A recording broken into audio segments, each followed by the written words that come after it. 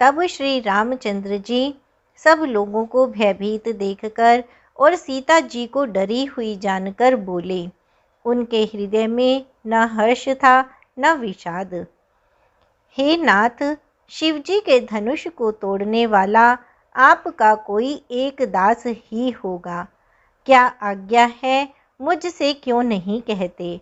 यह सुनकर क्रोधी मुनि रिसाकर बोले, सेवक वह है जो सेवा का काम करे। शत्रु का काम करके तो लड़ाई ही करनी चाहिए। हे राम, सुनो, जिसने शिवजी के धनुष को तोड़ा है वह सहस्र बाहु के समान मेरा शत्रु है। वह इस समाज को छोड़कर अलग हो जाए, नहीं तो सभी राजा मारे जाएंगे।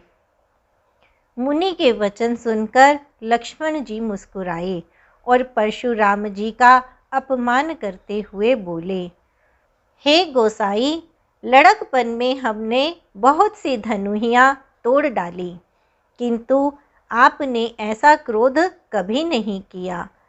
इसी धनुष पर इतनी ममता किस कारण से है? यह सुनकर भृगुवंश की ध्वजा स्वरूप परशुराम जी कुपित होकर कहने लगे, अरे राजपुत्र, काल के वश होने से तुझे बोलने में कुछ भी होश नहीं है। सारे संसार में विख्यात शिवजी का यह धनुष क्या धनु ही के समान है? लक्ष्मण जी ने हंसकर कहा, हे देव, सुनिए, हमारे जान में तो सभी धनुष एक से ही हैं। पुराने धनुष के तोड़ने में क्या हानि लाभ? श्री रामचंद्र जी ने तो इसे नवीन के धोखे से देखा था, फिर यह तो छूते ही टूट गया। इसमें श्री रघुनाथ जी का भी कोई दोष नहीं है। मुनि, आप बिना ही कारण किस लिए क्रोध करते हैं?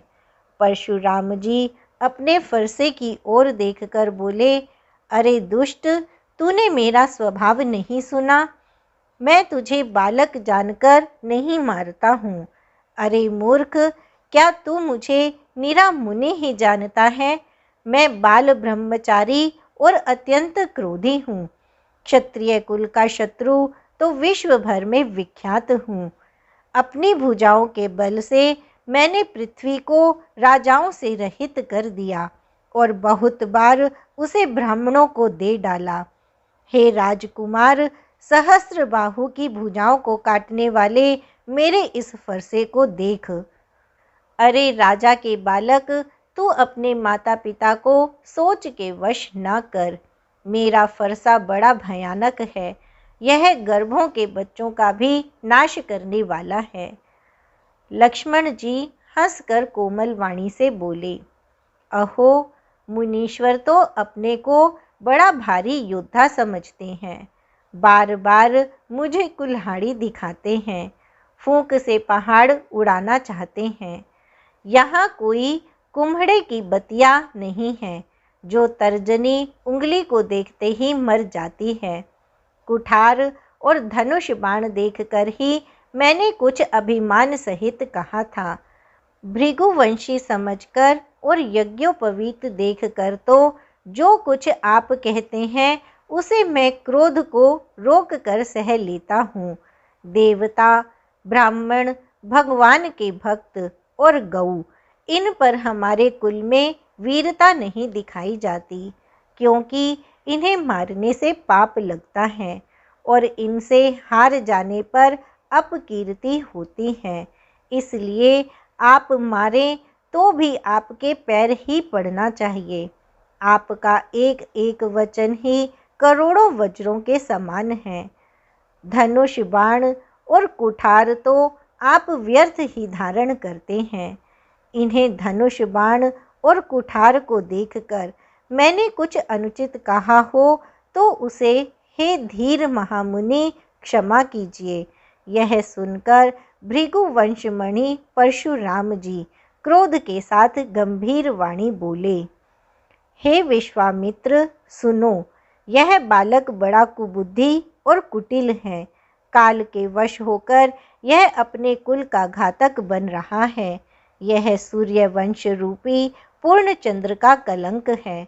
यह बिल्कुल उद्दंड, मूर्ख और निडर है। अभी क्षण भर में यह काल का ग्रास हो जाएगा। मैं पुकार कर कह देता हूँ, फिर मुझे दोष नहीं है। यदि तुम इसे बचाना चाहते हो तो हमारा प्रताप, बल और क्रोध बतलाकर इसे मना कर दो। लक्ष्मण जी ने कहा, हे मुनि, आपका सुयश आपके रहते दूसरा कौन वर्णन कर सकता है। आपने अपने ही मुंह से अपनी करनी अनेकों बार बहुत प्रकार से वर्णन की है। इतने पर भी संतोष न हुआ हो तो फिर कुछ कह डालिए। क्रोध रोककर असह्य दुख मत सहिए। आप वीरता का व्रत धारण करने वाले, धैर्यवान और क्षोभ रहित हैं। गाली देते शोभा नहीं पाते। शूरवीर तो युद्ध में करनी करते हैं, कहकर अपने को नहीं जनाते। शत्रु को युद्ध में उपस्थित पाकर कायर ही अपने प्रताप की डींग मारा करते हैं। आप तो मानो काल को हाँक लगाकर बार बार उसे मेरे लिए बुलाते हैं। लक्ष्मण जी के कठोर वचन सुनते ही परशुराम जी ने अपने भयानक फरसे को सुधारकर हाथ में ले लिया और बोले, अब लोग मुझे दोष ना दे। यह कड़वा बोलने वाला बालक मारे जाने के ही योग्य है। इसे बालक देखकर मैंने बहुत बचाया, पर अब यह सचमुच मरने को ही आ गया है। विश्वामित्र जी ने कहा, अपराध क्षमा कीजिए।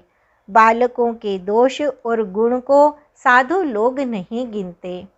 परशुराम जी बोले, तीखी धार का कुठार मैं दया रहित और क्रोधी, और यह गुरुद्रोही और अपराधी मेरे सामने उत्तर दे रहा है। इतने पर भी मैं इसे बिना मारे छोड़ रहा हूँ। सो हे विश्वामित्र, केवल तुम्हारे प्रेम से, नहीं तो इसे इस कठोर कुठार से काट कर थोड़े ही परिश्रम से गुरु से उऋण हो जाता। विश्वामित्र जी ने हृदय में हंसकर कहा, मुनि को हरा ही हरा सूझ रहा है।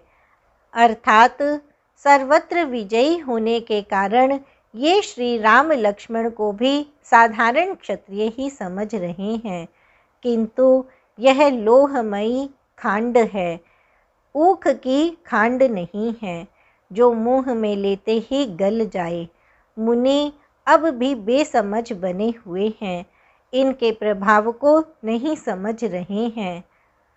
लक्ष्मण जी ने कहा, हे मुनि, आपके शील को कौन नहीं जानता, वह संसार भर में प्रसिद्ध है। आप माता पिता से तो अच्छी तरह उऋण हो ही गए, अब गुरु का ऋण रहा, जिसका जी में बड़ा सोच लगा है। वह मानो हमारे ही मत्थे काढ़ा था। बहुत दिन बीत गए, इससे ब्याज भी बहुत बढ़ गया होगा। अब किसी हिसाब करने वाले को बुला लाइए तो मैं तुरंत थैली खोलकर दे दूं। लक्ष्मण जी के कड़वे वचन सुनकर परशुराम जी ने कुठार संभाला। सारी सभा हाय हाय करके पुकार उठी। लक्ष्मण जी ने कहा, हे भृगुश्रेष्ठ, आप मुझे फरसा दिखा रहे हैं, पर हे राजाओं के शत्रु, मैं ब्राह्मण समझकर बचा रहा हूँ। आपको कभी रणधीर बलवान वीर नहीं मिले। हे ब्राह्मण देवता, आप घर ही में बड़े हैं। यह सुनकर अनुचित है कहकर सब लोग पुकार उठे। तब श्री रघुनाथ जी ने इशारे से लक्ष्मण जी को रोक दिया। लक्ष्मण जी के उत्तर से, जो आहुति के समान थे, परशुराम जी के क्रोध रूपी अग्नि को बढ़ते देखकर रघुकुल के सूर्य श्री रामचंद्र जी जल के समान वचन बोले, हे नाथ, बालक पर कृपा कीजिए। इस सीधे और दूध मुँहे बच्चे पर क्रोध न कीजिए। यदि यह प्रभु का कुछ भी प्रभाव जानता तो क्या यह बेसमझ आपकी बराबरी करता। बालक यदि कुछ चपलता भी करते हैं तो गुरु, पिता और माता मन में आनंद से भर जाते हैं। अतः इसे छोटा बच्चा और सेवक जानकर कृपा कीजिए। आप तो समदर्शी, सुशील, धीर और ज्ञानी मुनि हैं। श्री रामचंद्र जी के वचन सुनकर वे कुछ ठंडे पड़े। इतने में लक्ष्मण जी कुछ कहकर फिर मुस्कुरा दिए। उनको हंसते देखकर परशुराम जी के नख से शिखा तक क्रोध छा गया। उन्होंने कहा, हे राम, तेरा भाई बड़ा पापी है। यह शरीर से गोरा पर हृदय का बड़ा काला है। यह विषमुख है, दूध मुहा नहीं। स्वभाव से ही टेढ़ा है, तेरा अनुसरण नहीं करता। यह नीच मुझे काल के समान नहीं देखता।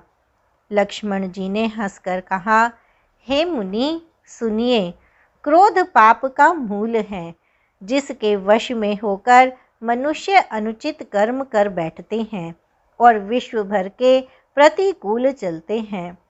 हे मुनिराज, मैं आपका दास हूँ। अब क्रोध त्याग कर दया कीजिए। टूटा हुआ धनुष क्रोध करने से जुड़ नहीं जाएगा। खड़े खड़े पैर दुखने लगे होंगे, बैठ जाइए। यदि धनुष अत्यंत ही प्रिय हो तो कोई उपाय किया जाए और किसी बड़े गुणी को बुलाकर जुड़वा दिया जाए। लक्ष्मण जी के बोलने से जनक जी डर जाते हैं और कहते हैं, बस चुप रहिए, अनुचित बोलना अच्छा नहीं। जनकपुर के स्त्री पुरुष थर थर कांप रहे हैं और मन ही मन कह रहे हैं कि छोटा कुमार बड़ा ही खोटा है। लक्ष्मण जी की निर्भय वाणी सुन सुनकर परशुराम जी का शरीर क्रोध से जला जा रहा है और उनके बल की हानि हो रही है। तब श्री रामचंद्र जी पर एहसान जनाकर परशुराम जी बोले, तेरा छोटा भाई समझकर मैं इसे बचा रहा हूँ। यह मन का मैला और शरीर का कैसा सुंदर है, जैसे विष के रस से भरा हुआ सोने का घड़ा। यह सुनकर लक्ष्मण जी फिर हंसे। तब श्री रामचंद्र जी ने तिरछी नज़र से उनकी ओर देखा, जिससे लक्ष्मण जी सकुचाकर विपरीत बोलना छोड़कर गुरु जी के पास चले गए। श्री रामचंद्र जी दोनों हाथ जोड़कर अत्यंत विनय के साथ कोमल और शीतल वाणी बोले, हे नाथ, सुनिए, आप तो स्वभाव से ही सुजान हैं। आप बालक के वचन पर कान न कीजिए। बर्रई और बालक का एक स्वभाव है। संत जन इन्हें कभी दोष नहीं लगाते। फिर उसने तो कुछ काम भी नहीं बिगाड़ा है। हे नाथ, आपका अपराधी तो मैं हूँ। अतः हे स्वामी, कृपा, क्रोध, वध और बंधन जो कुछ करना हो दास की तरह अर्थात दास समझकर मुझ पर कीजिए। जिस प्रकार से शीघ्र आपका क्रोध दूर हो, हे मुनिराज, बताइए, मैं वही उपाय करूं। मुनि ने कहा, हे राम, क्रोध कैसे जाए? अब भी तेरा छोटा भाई टेढ़ा ही ताक रहा है। इसकी गर्दन पर मैंने कुठार न चलाया तो क्रोध करके किया ही क्या। मेरे जिस कुठार की घोर करनी सुनकर राजाओं की स्त्रियों के गर्भ गिर पड़ते हैं, उसी फरसे के रहते मैं इस शत्रु राजपुत्र को जीवित देख रहा हूँ। हाथ चलता नहीं, क्रोध से छाती जली जाती है। हाय, राजाओं का घातक यह कुठार भी कुंठित हो गया। विधाता विपरीत हो गया, इससे मेरा स्वभाव बदल गया। नहीं तो भला मेरे हृदय में किसी समय भी कृपा कैसी। आज दया मुझे यह दुस्सह दुख सहा रही है। यह सुनकर लक्ष्मण जी ने मुस्कुराकर सिर नवाया और कहा, आपकी कृपा रूपी वायु भी आपकी मूर्ति के अनुकूल ही है। वचन बोलते हैं मानो फूल झड़ रहे हैं। हे मुनि, यदि कृपा करने से आपका शरीर जला जाता है तो क्रोध होने पर तो शरीर की रक्षा विधाता ही करेंगे। परशुराम जी ने कहा, हे जनक, देख, यह मूर्ख बालक हठ करके यमपुरी में घर निवास करना चाहता है।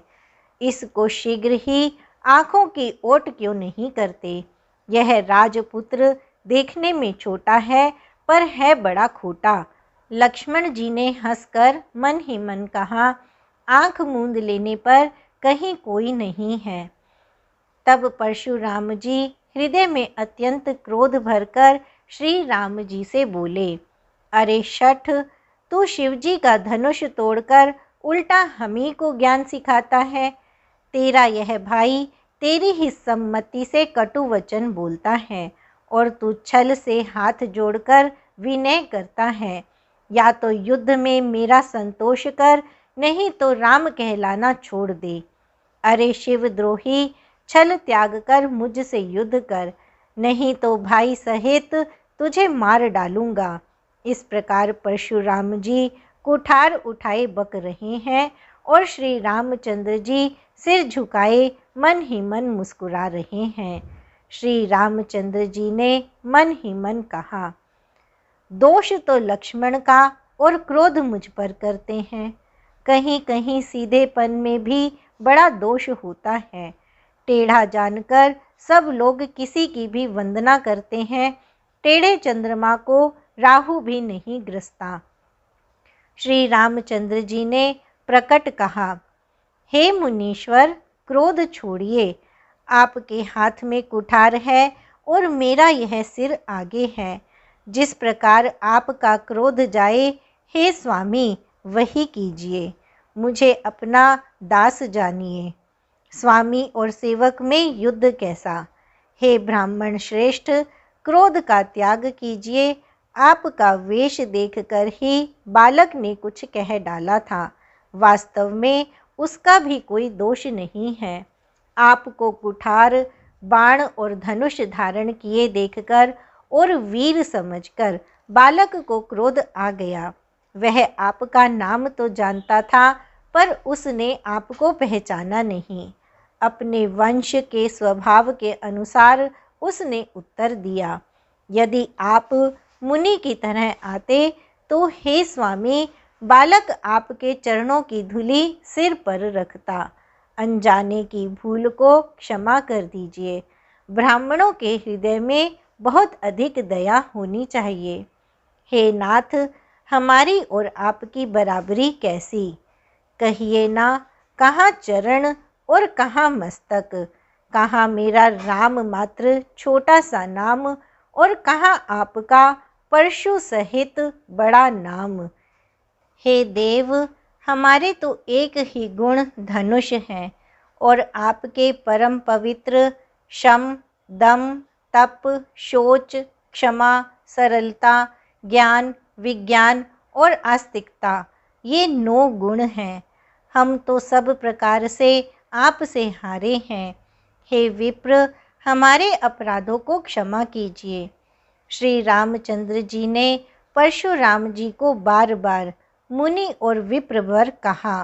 तब भृगुपति कुपित होकर बोले, तू भी अपने भाई के समान ही टेढ़ा है। तू मुझे नीरा ब्राह्मण ही समझता है। मैं जैसा विप्र हूँ तुझे सुनाता हूँ। धनुष को स्त्रुवा, बाण को आहुति और मेरे क्रोध को अत्यंत भयंकर अग्नि जान। चतुरंगिणी सेना सुंदर समिधाएं हैं। बड़े बड़े राजा उसमें आकर बलि के पशु हुए हैं, जिनको मैंने इसी फरसे से काटकर बलि दिया है। ऐसे करोड़ों जप युक्त रण यज्ञ मैंने किए हैं। अर्थात जैसे मंत्रोच्चारण पूर्वक स्वाहा शब्द के साथ आहुति दी जाती है, उसी प्रकार मैंने पुकार पुकार कर राजाओं की बलि दी है। मेरा प्रभाव तुझे मालूम नहीं है, इसी से तू ब्राह्मण के धोखे मेरा निरादर करके बोल रहा है। धनुष तोड़ डाला, इससे तेरा घमंड बहुत बढ़ गया है। ऐसा अहंकार है, मानो संसार को जीतकर खड़ा है। श्री रामचंद्र जी ने कहा, हे मुनि, विचार कर बोलिए। आपका क्रोध बहुत बड़ा है और मेरी भूल बहुत छोटी है। पुराना धनुष था, छूते ही टूट गया। मैं किस कारण अभिमान करूं? हे भृगुनाथ, यदि हम सचमुच ब्राह्मण कहकर निरादर करते हैं तो यह सत्य सुनिए। फिर संसार में ऐसा कौन योद्धा है जिसे हम डर के मारे मस्तक नवाएं? देवता, दैत्य, राजा या और बहुत से योद्धा, वे चाहे बल में हमारे बराबर हों, चाहे अधिक बलवान हो, यदि रण में हमें कोई भी ललकारे तो हम उससे सुखपूर्वक लड़ेंगे, चाहे काल ही क्यों ना हो। क्षत्रिय का शरीर धरकर जो युद्ध में डर गया, उस नीच ने अपने कुल पर कलंक लगा लिया। मैं स्वभाव से ही कहता हूँ, कुल की प्रशंसा करके नहीं, कि रघुवंशी रण में काल से भी नहीं डरते। ब्राह्मण वंश की ऐसी ही प्रभुता है कि जो आप से डरता है वह सबसे निर्भय हो जाता है। श्री रघुनाथ जी के कोमल और रहस्यपूर्ण वचन सुनकर परशुराम जी की बुद्धि के पर्दे खुल गए। परशुराम जी ने कहा, हे राम, हे लक्ष्मीपति, धनुष को हाथ में लीजिए और इसे खींचिए, जिससे मेरा संदेह मिट जाए। परशुराम जी धनुष देने लगे, तब वह आप ही चला गया। तब परशुराम जी के मन में बड़ा आश्चर्य हुआ। तब उन्होंने श्री राम जी का प्रभाव जाना, जिसके कारण उनका शरीर पुलकित और प्रफुल्लित हो गया। वे हाथ जोड़कर वचन बोले, प्रेम उनके हृदय में समाता न था। हे रघुकुल रूपी कमल वन के सूर्य, हे राक्षसों के कुल रूपी घने जंगल को जलाने वाले अग्नि, आपकी जय हो। हे देवता, ब्राह्मण और गौ का हित करने वाले, आपकी जय हो। हे मद, मोह, क्रोध और भ्रम के हरने वाले, आपकी जय हो। हे विनय, शील, कृपा आदि गुणों के समुद्र और वचनों की रचना में अत्यंत चतुर, आपकी जय हो। हे सेवकों को सुख देने वाले, सब अंगों से सुंदर और शरीर में करोड़ों कामदेवों की छवि धारण करने वाले, आपकी जय हो। मैं एक मुख से आपकी क्या प्रशंसा करूं। हे महादेव जी के मन रूपी मान सरोवर के हंस, आपकी जय हो। मैंने अनजान में आपको बहुत से अनुचित वचन कहे। हे क्षमा के मंदिर दोनों भाई, मुझे क्षमा कीजिए। हे रघुकुल के पताका स्वरूप श्री रामचंद्र जी, आपकी जय हो, जय हो, जय हो। ऐसा कहकर परशुराम जी तप के लिए वन को चले गए। यह देखकर दुष्ट राजा लोग बिना ही कारण के डर से डर गए।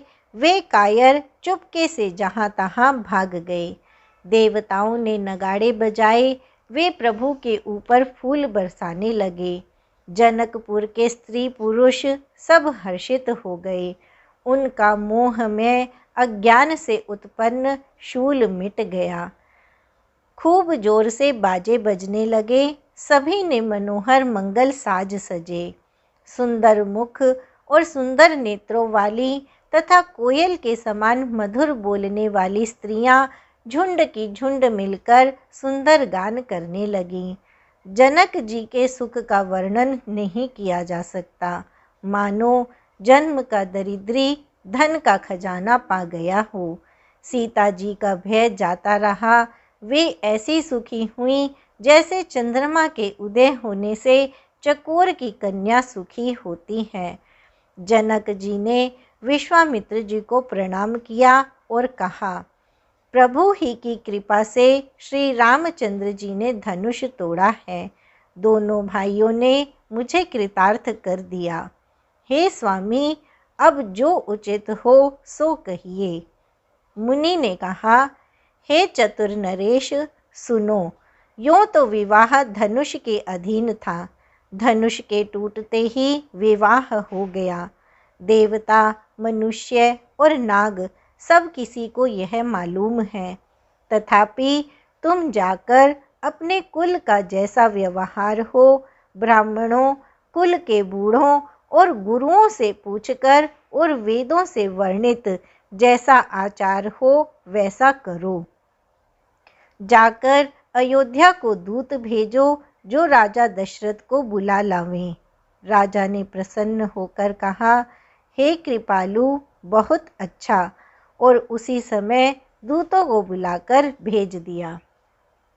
फिर सब महाजनों को बुलाया और सब ने आकर राजा को आदर पूर्वक सिर नवाया। राजा ने कहा, बाजार, रास्ते, घर, देवालय और सारे नगर को चारों ओर से सजाओ। महाजन प्रसन्न होकर चले और अपने अपने घर आए।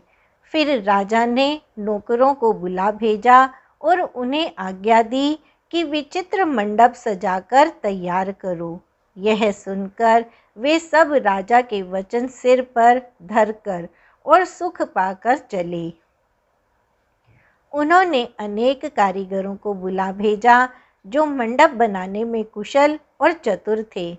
उन्होंने ब्रह्मा की वंदना करके कार्य आरंभ किया और पहले सोने के केले के खंभे बनाए, हरी हरी मणियों के पत्ते और फल बनाए तथा पद्म राग मणियों के फूल बनाए। मंडप की अत्यंत विचित्र रचना देखकर ब्रह्मा का मन भी भूल गया। बांस सब हरी हरी मणियों के सीधे और गांठों से युक्त ऐसे बनाए जो पहचाने नहीं जाते थे।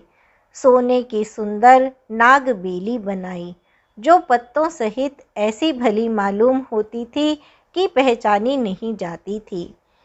उसी नाग बेली के रच कर और पच्चीकारी करके बंधन बनाए। बीच बीच में मोतियों की सुंदर झालरें हैं। माणिक, पन्ने, हीरे और फिरोजे इन रत्नों को चीरकर, कोरकर और पच्चीकारी करके इनके कमल बनाए। भौरे और बहुत रंगों के पक्षी बनाए जो हवा के सहारे गूंजते और कूजते थे। खंभों पर देवताओं की मूर्तियां गढ़कर निकाली जो सब मंगल द्रव्य लिए खड़ी थीं। गजमुक्ताओं के सहज ही सुहावने अनेकों तरह के चौक पुराए। नीलमणि को कोरकर अत्यंत सुंदर आम के पत्ते बनाए। सोने के बोर और रेशम की डोरी से बंधे हुए पन्ने के बने फलों के गुच्छे सुशोभित हैं। ऐसे सुंदर और उत्तम बंधनवार बनाए मानो कामदेव ने फंदे सजाए हों। अनेकों मंगल कलश और सुंदर ध्वजा, पताका, पर्दे और चंवर बनाए जिसमें मणियों के अनेकों सुंदर दीपक हैं। उस विचित्र मंडप का तो वर्णन ही नहीं किया जा सकता। जिस मंडप में श्री जानकी जी दुल्हन होंगी, किस कवि की ऐसी बुद्धि है जो उसका वर्णन कर सके। जिस मंडप में रूप और गुणों के समुद्र श्री रामचंद्र जी दूल्हे होंगे, वह मंडप तीनों लोकों में प्रसिद्ध होना ही चाहिए। जनक जी के महल की जैसी शोभा है, वैसी ही शोभा नगर के प्रत्येक घर की दिखाई देती है। उस समय जिसने तिरहुत को देखा, उसे 14 भुवन तुच्छ जान पड़े। जनकपुर में नीच के घर भी उस समय जो संपदा सुशोभित थी, उसे देखकर इंद्र भी मोहित हो जाता था। जिस नगर में साक्षात लक्ष्मी जी कपट से स्त्री का सुंदर वेश बनाकर बसती हैं, उस पुर की शोभा का वर्णन करने में सरस्वती और शेष भी सकुचाते हैं। जनक जी के दूत श्री रामचंद्र जी की पवित्र पुरी अयोध्या में पहुँचे। सुंदर नगर देखकर वे हर्षित हुए। राजद्वार पर जाकर उन्होंने खबर भेजी। राजा दशरथ जी ने सुनकर उन्हें बुला लिया। दूतों ने प्रणाम करके चिट्ठी दी। प्रसन्न होकर राजा ने स्वयं उठकर उसे लिया। चिट्ठी बाँचते समय उनके नेत्रों में जल छा गया, शरीर पुलकित हो गया और छाती भर आई। हृदय में राम और लक्ष्मण हैं, हाथ में सुंदर चिट्ठी है। राजा उसे हाथ में लिए ही रह गए, खट्टी मीठी कुछ भी कह न सके। फिर धीरज धरकर उन्होंने पत्रिका पढ़ी। सारी सभा सच्ची बात सुनकर हर्षित हो गई। भरत जी अपने मित्रों और भाई शत्रुघ्न के साथ जहाँ खेलते थे वहीं समाचार पाकर वे आ गए। बहुत प्रेम से सकुचाते हुए पूछते हैं, पिताजी चिट्ठी कहाँ से आई है? हमारे प्राणों से प्यारे दोनों भाई कहिए सकुशल तो हैं और वे किस देश में हैं? स्नेह से सने ये वचन सुनकर राजा ने फिर से चिट्ठी पढ़ी। चिट्ठी सुनकर दोनों भाई पुलकित हो गए। स्नेह इतना अधिक हो गया कि वह शरीर में समाता नहीं। भरत जी का पवित्र प्रेम देखकर सारी सभा ने विशेष सुख पाया। तब राजा दूतों को पास बैठाकर मन को हरने वाले मीठे वचन बोले। भैया कहो, दोनों बच्चे कुशल से तो हैं? तुमने अपनी आँखों से उन्हें अच्छी तरह देखा है ना? सांवले और गोरे शरीर वाले वे धनुष और तरकस धारण किए रहते हैं। किशोर अवस्था है, विश्वामित्र मुनि के साथ हैं। तुम उनको पहचानते हो तो उनका स्वभाव बताओ। राजा प्रेम के विशेष वश होने से बार बार इस प्रकार कहकर पूछ रहे हैं। भैया जिस दिन से मुनि उन्हें लिवा ले गए तब से आज ही हमने सच्ची खबर पाई है। कहो तो महाराज जनक ने उन्हें कैसे पहचाना? ये प्रिय वचन सुनकर दूत मुस्कुराए। दूतों ने कहा, हे राजाओं के मुकुटमणि सुनिए, आपके समान धन्य और कोई नहीं है। जिनके राम लक्ष्मण जैसे पुत्र हैं, जो दोनों विश्व के विभूषण हैं। आपके पुत्र पूछने योग्य नहीं हैं। वे पुरुष सिंह तीनों लोकों के प्रकाश स्वरूप हैं, जिनके यश के आगे चंद्रमा मलिन और प्रताप के आगे सूर्य शीतल लगता है। हे नाथ, उनके लिए आप कहते हैं कि उन्हें कैसे पहचाना? क्या सूर्य को हाथ में दीपक लेकर देखा जाता है? सीता जी के स्वयंवर में अनेकों राजा और एक से एक बढ़कर योद्धा एकत्र हुए थे, परंतु शिवजी के धनुष को कोई भी नहीं हटा सका। सारे बलवान वीर हार गए। तीनों लोकों में जो वीरता के अभिमानी थे, शिवजी के धनुष ने सबकी शक्ति तोड़ दी। बाणासुर जो सुमेरु को भी उठा सकता था, वह भी हृदय में हार कर परिक्रमा करके चला गया, और जिसने खेल से ही कैलाश को उठा लिया था, वह रावण भी उस सभा में पराजय को प्राप्त हुआ। हे महाराज सुनिए, वहाँ रघुवंश मणि श्री रामचंद्र जी ने बिना ही प्रयास शिवजी के धनुष को वैसे ही तोड़ डाला जैसे हाथी कमल की डंडी को तोड़ डालता है। धनुष टूटने की बात सुनकर परशुराम जी क्रोध भरे आए और उन्होंने बहुत प्रकार से आंखें दिखलाई। अंत में उन्होंने भी श्री रामचंद्र जी का बल देखकर उन्हें अपना धनुष दे दिया और बहुत प्रकार से विनती करके वन को गमन किया। हे राजन, जैसे श्री रामचंद्र जी अतुलनीय बली हैं, वैसे ही तेज निधान फिर लक्ष्मण जी भी हैं, जिनके देखने मात्र से राजा लोग ऐसे कांप उठते हैं जैसे हाथी सिंह के बच्चे के ताकने से कांप उठते हैं। हे देव, आपके दोनों बालकों को देखने के बाद अब आँखों के नीचे कोई आता ही नहीं। प्रेम, प्रताप और वीर रस में पगी हुई दूतों की वचन रचना सबको बहुत प्रिय लगी। सभा सहित राजा प्रेम में मग्न हो गए और दूतों को निछावर देने लगे। उन्हें निछावर देते देखकर यह नीति विरुद्ध है ऐसा कहकर दूत अपने हाथों से कान मूंदने लगे। धर्म को विचार कर उनका धर्मयुक्त बर्ताव देखकर सभी ने सुख माना। तब राजा ने उठकर वशिष्ठ जी के पास जाकर उन्हें पत्रिका दी और आदरपूर्वक दूतों को बुलाकर सारी कथा गुरु जी को सुना दी। सब समाचार सुनकर और अत्यंत सुख पाकर गुरु बोले, पुण्यात्मा पुरुष के लिए पृथ्वी सुखों से छाई हुई है। जैसे नदियाँ समुद्र में जाती हैं, यद्यपि समुद्र को नदी की कामना नहीं होती, वैसे ही सुख और संपत्ति बिना ही बुलाए स्वाभाविक ही धर्मात्मा पुरुष के पास जाती हैं। तुम जैसे गुरु, ब्राह्मण, गाय और देवता की सेवा करने वाले हो, वैसी ही पवित्र कौशल्या देवी भी हैं। तुम्हारे समान पुण्यात्मा जगत में ना कोई हुआ, ना है और ना होने का ही है। हे राजन, तुमसे अधिक पुण्य और किसका होगा, जिसके राम सरीखे पुत्र हैं और जिसके चारों बालक वीर, विनम्र, धर्म का व्रत धारण करने वाले और गुणों के सुंदर समुद्र हैं। तुम्हारे लिए सभी कालों में कल्याण है। अतएव डंका बजवाकर बारात सजाओ और जल्दी चलो।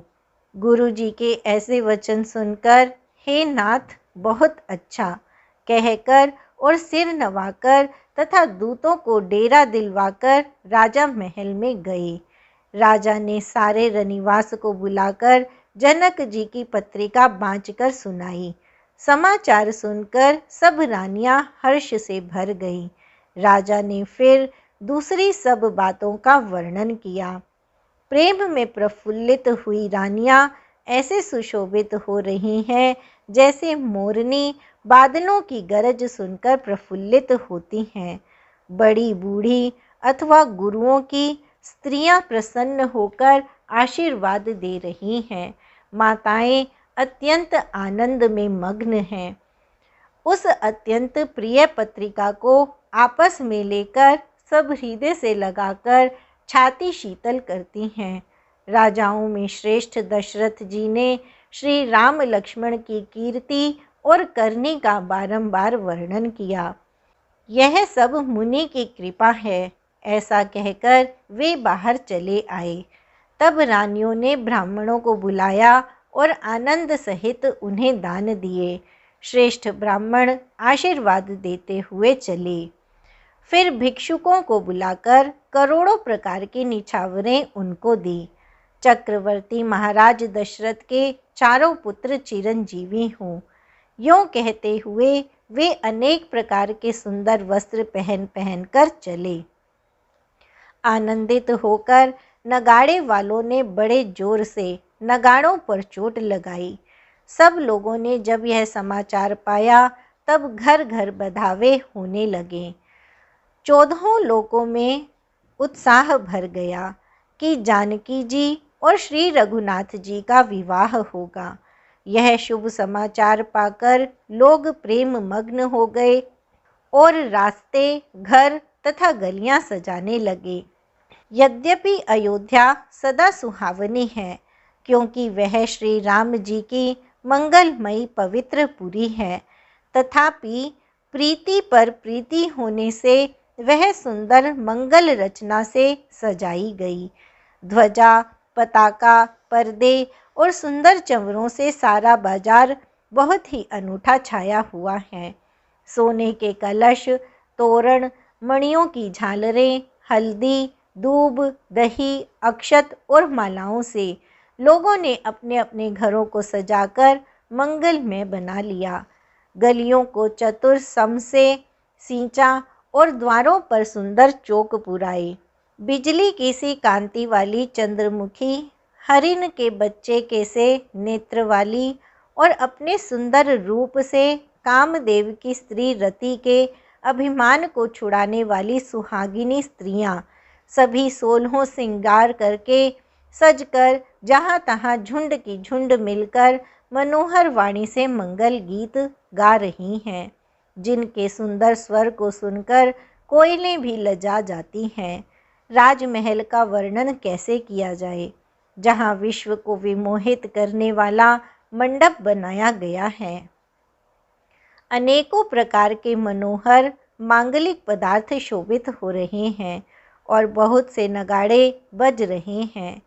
कहीं भाट कुल कीर्ति का उच्चारण कर रहे हैं और कहीं ब्राह्मण वेद ध्वनि कर रहे हैं। सुंदर स्त्रियां श्री राम जी और श्री सीता जी का नाम ले लेकर मंगल गीत गा रही हैं। उत्साह बहुत है और महल अत्यंत ही छोटा है। इससे मानो वह उत्साह चारों ओर उमड़ चला है। दशरथ के महल की शोभा का वर्णन कौन कवि कर सकता है, जहाँ समस्त देवताओं के शिरोमणि श्री रामचंद्र जी ने अवतार लिया है। फिर राजा ने भरत जी को बुला लिया और कहा कि जाकर घोड़े, हाथी और रथ सजाओ, जल्दी रामचंद्र जी की बारात में चलो। यह सुनते ही दोनों भाई भरत जी और शत्रुघ्न जी आनंदवश पुलक से भर गए। भरत जी ने सब साहनी बुलाए और उन्हें आज्ञा दी। वे प्रसन्न होकर उठ दौड़े। उन्होंने रुचि के साथ यथा योग्य जीने कसकर घोड़े सजाए।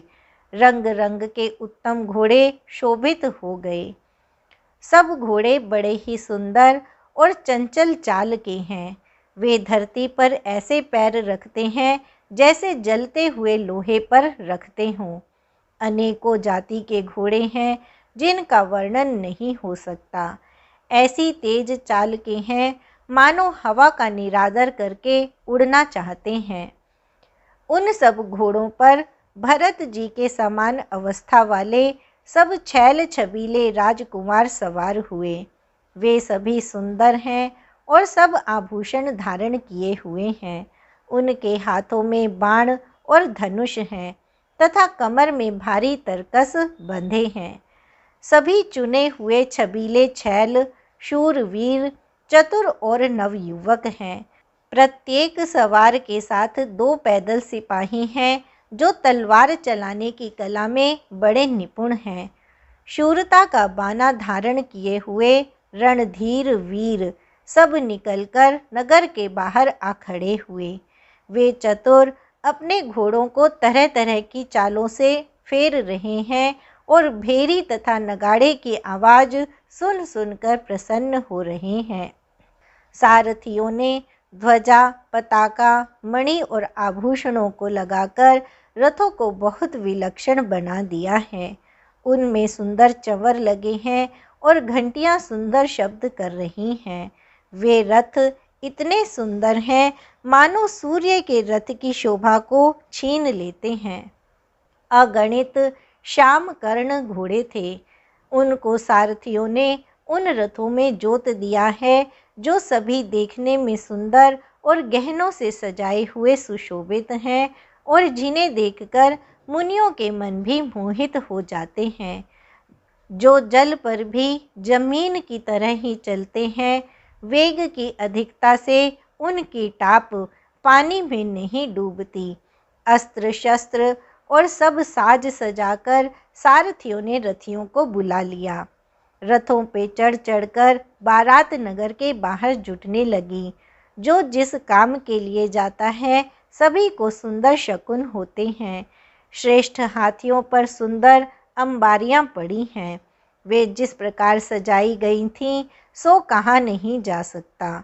मत वाले हाथी घंटों से सुशोभित होकर चले मानो सावन के सुंदर बादलों के समूह जा रहे हों।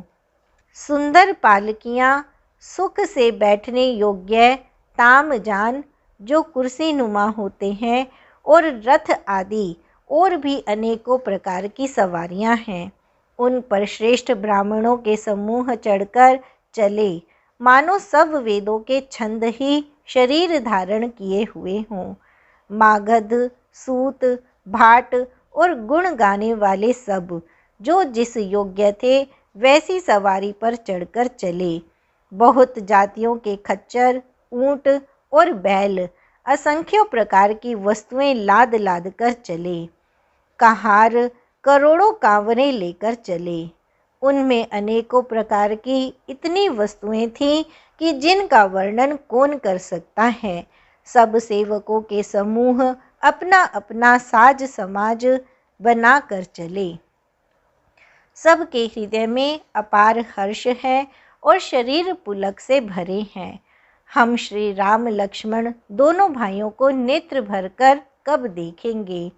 हाथी गरज रहे हैं, उनके घंटों की भीषण ध्वनि हो रही है।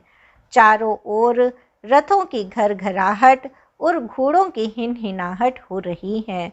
बादलों का निरादर करते हुए नगाड़े घोर शब्द कर रहे हैं। किसी को अपनी पराई कोई बात कानों से सुनाई नहीं देती। राजा दशरथ के दरवाजे पर इतनी भारी भीड़ हो रही है कि वहां पत्थर फेंका जाए तो वह भी पिसकर घुल जाएगा।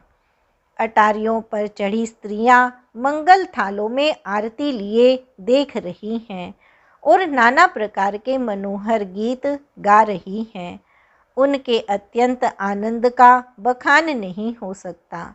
तब सुमंत्र जी ने 2 रथ सजाकर उनमें सूर्य के घोड़ों को भी मात करने वाले घोड़े जोते। दोनों सुंदर रथ वे राजा दशरथ के पास ले आए, जिनकी सुंदरता का वर्णन सरस्वती से भी नहीं हो सकता। एक रथ पर राजसी सामान सजाया गया और दूसरा, जो तेज का पुंज और अत्यंत ही शोभायमान था, उस सुंदर रथ पर राजा वशिष्ठ जी को हर्षपूर्वक चढ़ाकर फिर स्वयं शिव, गुरु, गौरी और गणेश जी का स्मरण करके दूसरे रथ पर चढ़े।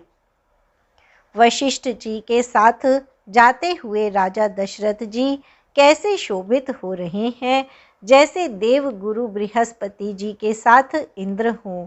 वेद की विधि से और कुल की रीति के अनुसार सब कार्य करके तथा सबको सब प्रकार से सजे देखकर श्री रामचंद्र जी का स्मरण करके गुरु की आज्ञा पाकर पृथ्वीपति दशरथ जी शंख बजाकर चले।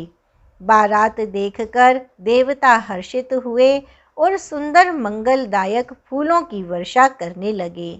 बड़ा शोर मच गया, घोड़े और हाथी गरजने लगे। आकाश में और बारात में बाजे बजने लगे। देवांगनाएं और मनुष्यों की स्त्रियां सुंदर मंगल गान करने लगी और रसीले राग से शहनाइयां बजने लगी। घंटे घंटियों की ध्वनि का वर्णन नहीं हो सकता। पैदल चलने वाले सेवकगण अथवा पट्टेबाज कसरत के खेल कर रहे हैं और फहरा रहे हैं। हंसी करने में निपुण और सुंदर गाने में चतुर विदूषक तरह तरह के तमाशे कर रहे हैं। सुंदर राजकुमार मृदंग और नगाड़े के शब्द सुनकर घोड़ों को उन्हीं के अनुसार इस प्रकार नचा रहे हैं कि वे ताल के बंधन से जरा भी डिगते नहीं हैं। चतुर नट चकित होकर यह देख रहे हैं। बारात ऐसी बनी है कि उसका वर्णन करते नहीं बनता। सुंदर शुभदायक शकुन हो रहे हैं। नीलकंठ पक्षी बाईं ओर चारा ले रहा है, मानो संपूर्ण मंगलों की सूचना दे रहा हो। दाहिनी ओर कौवा सुंदर खेत में शोभा पा रहा है। नेवले का दर्शन भी सब किसी ने पाया। तीनों प्रकार की हवा अनुकूल दिशा में चल रही है। श्रेष्ठ स्त्रियां भरे हुए घड़े और गोद में बालक लिए आ रही हैं। लोमड़ी फिर फिर कर दिखाई दे जाती हैं। गायें सामने खड़ी बछड़े को दूध पिलाती हैं। हरिनों की टोली घूमकर दाहिनी ओर को आई, मानो सभी मंगलों का समूह दिखाई दिया। सफ़ेद सिर वाली चील विशेष रूप से कल्याण कह रही है। श्यामा बाईं ओर सुंदर पेड़ पर दिखाई पड़ी। दही, मछली और 2 विद्वान ब्राह्मण हाथ में पुस्तक लिए हुए सामने आए। सभी मंगलमय, कल्याणमय और मनोवांछित फल देने वाले शकुन मानो सच्चे होने के लिए एक ही साथ हो गए। स्वयं सगुण ब्रह्म जिसके सुंदर पुत्र हैं, उसके लिए सब मंगल शकुन सुलभ हैं। जहाँ श्री रामचंद्र जी सरीखे दुल्हा और सीता जी जैसी दुल्हन है, तथा दशरथ जी और जनक जी जैसे पवित्र समधी हैं। ऐसा ब्याह सुनकर मानो सभी शकुन नाच उठे और कहने लगे, अब ब्रह्मा जी ने हमको सच्चा कर दिया। इस तरह बारात ने प्रस्थान किया। घोड़े हाथी गरज रहे हैं और नगाड़ों पर चोट लग रही है। सूर्य वंश के पताका स्वरूप दशरथ जी को आते हुए जानकर जनक जी ने नदियों पर पुल बंधवा दिए। बीच बीच में ठहरने के लिए सुंदर पड़ाव बनवा दिए, जिनमें देवलोक के समान संपदा छाई है और जहाँ बारात के सब लोग अपने अपने मन की पसंद के अनुसार सुहावने उत्तम भोजन, बिस्तर और वस्त्र पाते हैं। मन के अनुकूल नित्य नए सुखों को देखकर सभी बारातियों को अपने घर भूल गए। बड़े जोर से बजते हुए नगाड़ों की आवाज़ सुनकर श्रेष्ठ बारात को आती हुई जानकर अगवानी करने वाले हाथी, रथ, पैदल और घोड़े सजाकर बारात लेने चले।